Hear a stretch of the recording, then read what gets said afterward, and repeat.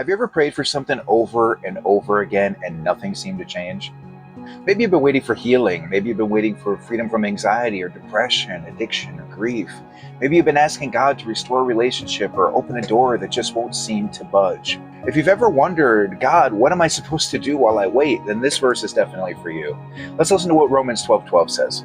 Rejoicing in hope, enduring in troubles, continuing steadfastly in prayer. Three short phrases, but they can completely change the way we walk through difficult seasons in our lives. See, here's the context, because the Apostle Paul isn't writing to people living easy, comfortable lives. He's writing to Christians in Rome who are facing pressure, persecution, and uncertainty because of their faith. In Romans chapter 12, Paul shifts from explaining the gospel to showing believers how to actually live it out every single day. And right in the middle of all those practical instructions comes this incredible verse. First, we start with rejoicing in hope.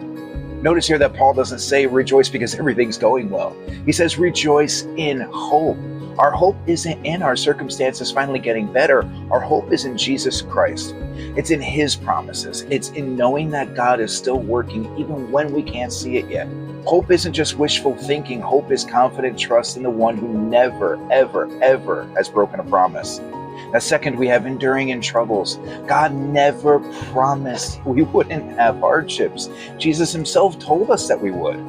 Enduring doesn't mean pretending that you're okay. It doesn't mean smiling through pain or acting like your anxiety, illness, heartbreak, or whatever hardship you have isn't real. It's not being fake, guys. It means refusing to let suffering have the final word. You keep taking one faithful step after another because God is walking with you. And then finally, we have continuing steadfastly in prayer. Notice Paul doesn't say pray once. He says to keep praying. Prayer isn't twisting God's arm. It's staying connected to your Father while He strengthens your heart. Sometimes the first thing God changes isn't your situation. It's you. Oof, that's a powerful one, isn't it? Sometimes He needs to change us and not just our situation.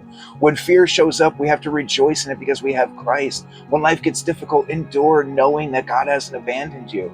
And when you don't know what else to do, pray again. And then pray again later.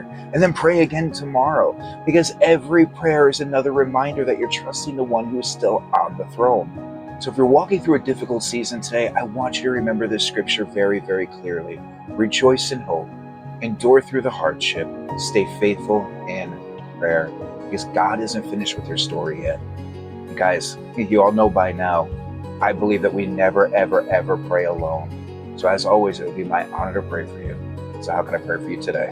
God bless you all, and I love you.